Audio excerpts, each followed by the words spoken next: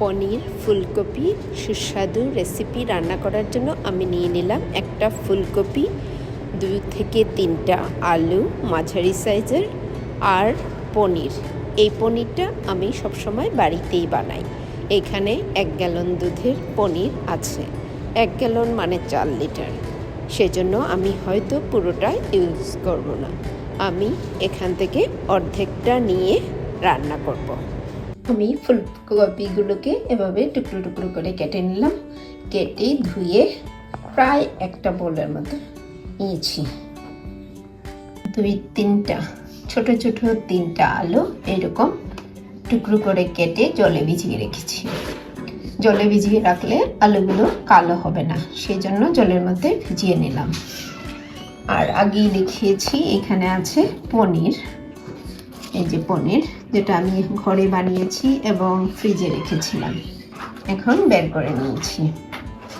আর আমি ব্লেন্ড করে নিব আদা আর মরিচ, এই যে 4-5টা মরিচ দিয়েছি। আর এখানে যে গোল গোল মরিচগুলো দেখতে পাচ্ছেন, যারা ঘি দেওয়া পছন্দ করেন না, নিরামিষে বা ঘি খাওয়া বারণ, তারা যদি এই মরিচগুলো ইউজ করেন, এই মরিচগুলো ব্যবহার করেন, তাহলে ঘিয়ের গন্ধটা এমনি হয়ে যাবে, আপনারা আর ঘি ব্যবহার করতে হবে না। তাই আর আমি এগুলো সবসময় ফ্রিজে রাখি, তাই আমি 4টা নর্মাল মরিচ আর 4টা গোলমরিচ নিয়েছি। আর আছে 2 টুকরা আদা, আমি এই 3টাকে একসাথে ব্লেন্ড করে নেব। আজকে আমার হাতে সময় খুবই কম, তাই কি করব জানেন, কিছু না ভেজে আমি স্টিম করে নিব ফুলকপিগুলো, তারপর একসাথে সবকিছু দিয়ে সহজ রেসিপিতে করে ফেলবো। আমি একটা স্ট্রেনার নিয়ে নিলাম, স্টিমার নিয়ে নিলাম, আর এখানে দিয়ে দিচ্ছি ফুলকপিগুলো।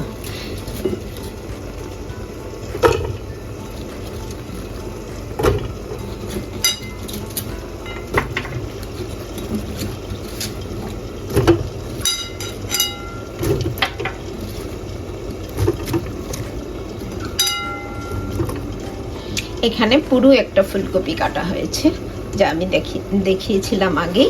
এবারে আমি এটাকে ঢাকনা দিয়ে ঢেকে দেব, আর যতক্ষণ মানে হাফ বয়েল করব না, ধরেন আপনি 4-5 মিনিট, এখন 5 মিনিটের মতো করব। চলেন শুরু করা যাক আসল রান্না।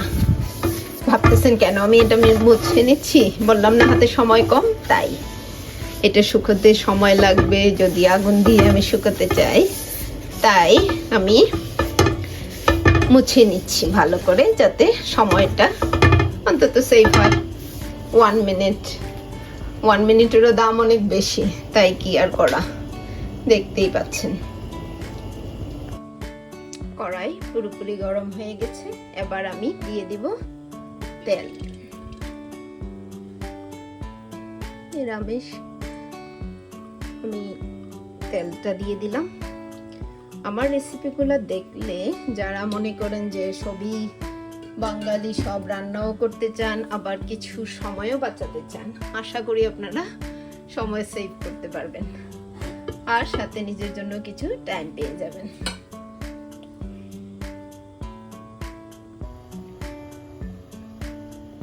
চার মিনিট হয়ে গেছে, এবারে আমি দেখি ফুলকপিগুলোর অবস্থা পারফেক্ট।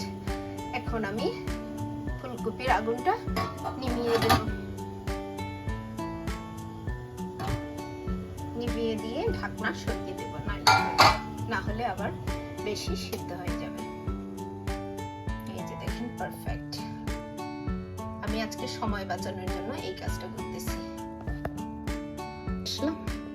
এবারে এদিকে চলে আসলাম, তেলও গরম হয়ে গেছে, এক পাশে ফুলকপি হয়ে গেল হাফ বয়েলড, আর এখানে আমার তেলও হয়ে এসেছে। আমি এবার ফোড়নগুলো দিয়ে দিব। ফোড়নের জন্য আমি দিলাম তেজপাতা আর 1 টিস্পুন জিরে। জিরেটাকে কম আগুনে প্রায় 15 সেকেন্ডের মতো ভাজতে হবে, তাহলে সুন্দর একটা কালার হবে, সুন্দর গন্ধ হবে। আমার কড়াই দেখে আপনারা নিশ্চয়ই অবাক হচ্ছেন যে একটু তরকারি রান্না করতেছি এত বড় কড়াই। এখানেও একটা টিপস কাজ করে, এতে হবে কি কড়াই 4-5টা ময়লা হবে না, আপনার চুলো পরিষ্কার করতে হবে না। বুঝে নিন, বিদেশের বাড়িতে সবই নিজেকেই করতে হয়, যেমন রান্না করবেন তারপরে আবার ক্লিনিংটাও নিজেকেই করতে হবে। সেই জন্যই আমি সবসময় বড় কড়াই রান্না করি, সে হোক একটু একটু তরকারি আর বেশি তরকারি। এখন আমি জিরাগুলোকে ভালো করে বেঁধে দিচ্ছি।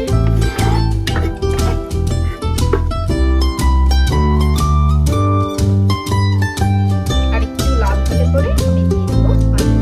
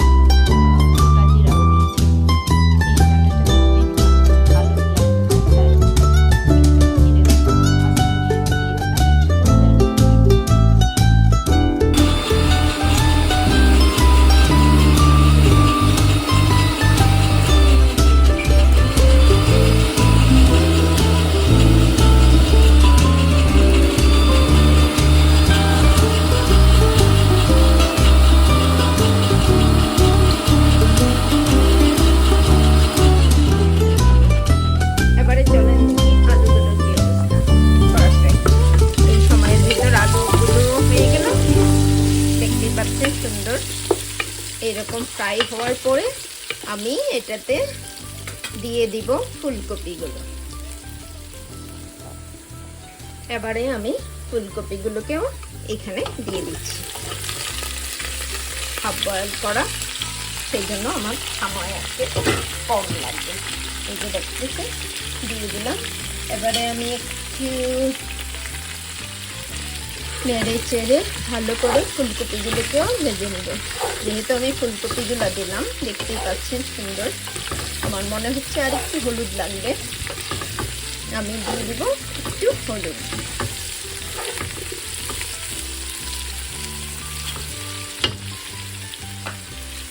হলুদ আর একটু লবণ, হাফ টিস্পুন লবণ আর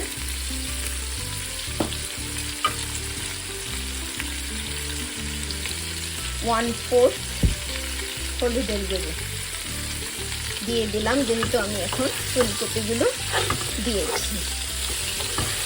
এখন বলি কেন আজকে আমার সময় কম, সেই জন্য আমি এই পদ্ধতিটা করলাম। আর যদি আমার প্রচুর সময় থাকতো, ধরেন আমি আজকে ভালো মনোযোগ দিয়ে করতেছি, তবে আমি কি করতাম, আলুগুলোকে আলাদাভাবে বাছতাম, ফুলকপিগুলোকে আলাদাভাবে বাছতাম, সেপারেট করে রাখতাম, তারপর ফোড়ন দিতাম। কিন্তু আজকে আমি তা করিনি, আমি সব কিছু একসাথেই করে নিলাম। যারা খুব তাড়াতাড়ি, যাদের রান্না করে বেশি সময় থাকার মতো ব্যবস্থা নেই, তারা অবশ্যই এই রেসিপিটা এইভাবে করবেন। এতে ভাববেন না স্বাদ কম হচ্ছে, আপনি একবার করেই দেখুন কতটা ভালো হয়।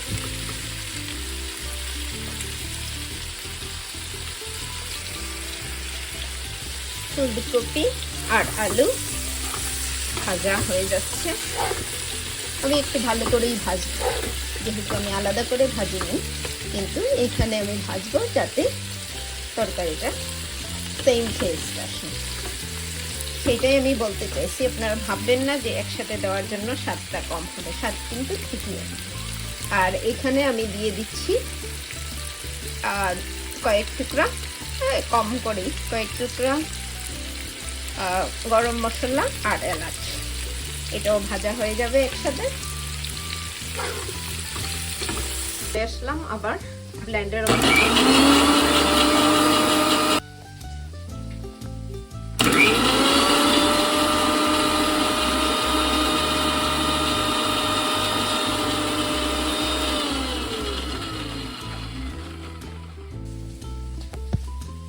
ব্লেন্ড হয়ে গেছে।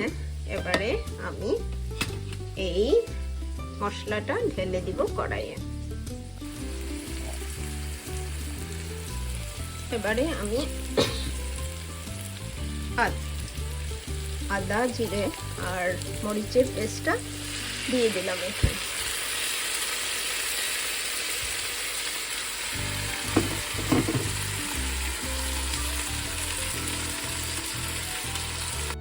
কিছুক্ষণ নাড়াচাড়া করার পর আমি দিয়ে দিব 1 চামচ গরম মশলা।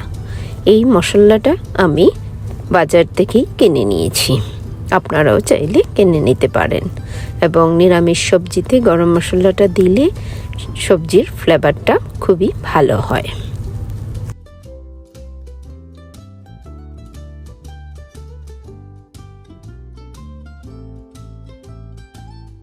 এখন ভালো করে ভেজে নেবেন। দেখুন আমি কিন্তু তেমন তেলও ব্যবহার করছি না, তবে শেষে 1 চামচ দিয়ে দিব। খুব সুন্দর গন্ধ বের হয়েছে।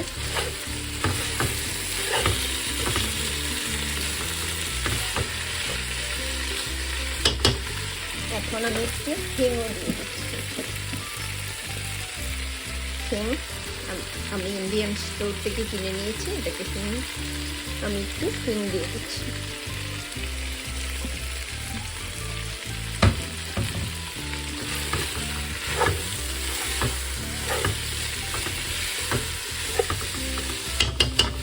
আমার ফুলকপি মোটামুটি ভাজা হয়ে গেছে, আমি আর সময় নেব না, নাহলে আবার বেশি গলে যাবে। এবারে আমি অর্ধেকটা পনির এখানে দিয়ে দেব।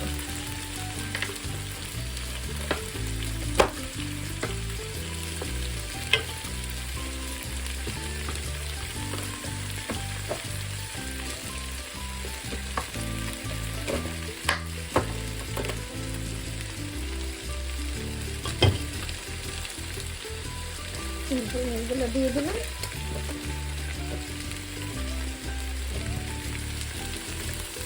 এগুলো দিতে ছিল তো, তাই এখনো ভালো করে আইস ছাড়েনি, কিন্তু বললাম না আজকে আমার সময় কম, তাই কি আর করা, দিয়ে দিলাম পনিরগুলো। এবারে নিজে থেকে গলে যাবে আর একটু ভাজিও হয়ে যাবে। সুন্দর ভাজা হয়ে গেছে। এবারে আমি যা করব,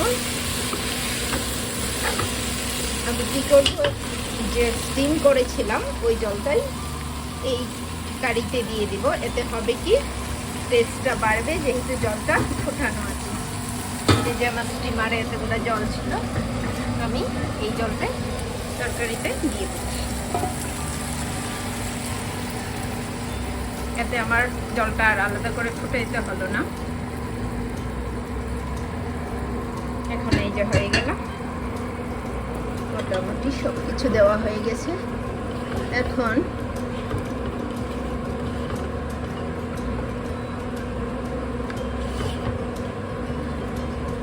অপেক্ষা করব ভালো করে ফুটে যাওয়ার।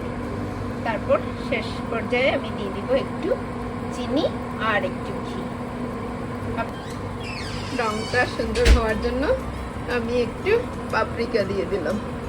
পাপরিকা ঝাল হয় না, কিন্তু কালারটা অনেক সুন্দর করে। এই যে দেখেন কি সুন্দর কালারটা চেঞ্জ হয়ে যাচ্ছে।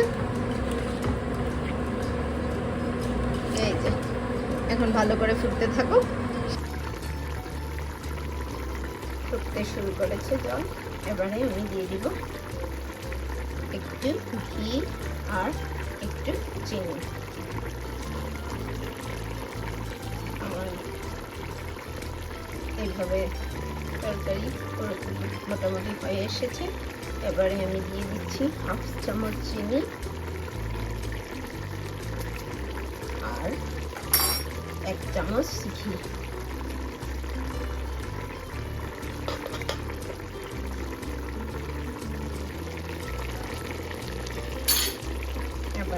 এবারে আরো 2 মিনিটের মতো রান্না হওয়ার পরে আমি নামিয়ে নিব। এই ফাঁকে দেখে নিব আলুগুলো সিদ্ধ হয়েছে কিনা। আলু সিদ্ধ হয়েছে, ফুলকপি হয়ে গেছে। সো এভরিথিং ডান। আপনারা চাইলে বেশি জল চাইলে কাঁচামরিচ দিতে পারেন, কিন্তু আমি যেহেতু বেটে দিয়ে দিয়েছি এক্সট্রা কোনো মরিচ দিলাম না আজকে। হয়ে গেল ফুলকপি পনিরের তরকারি খুব কম সময়ের মধ্যে।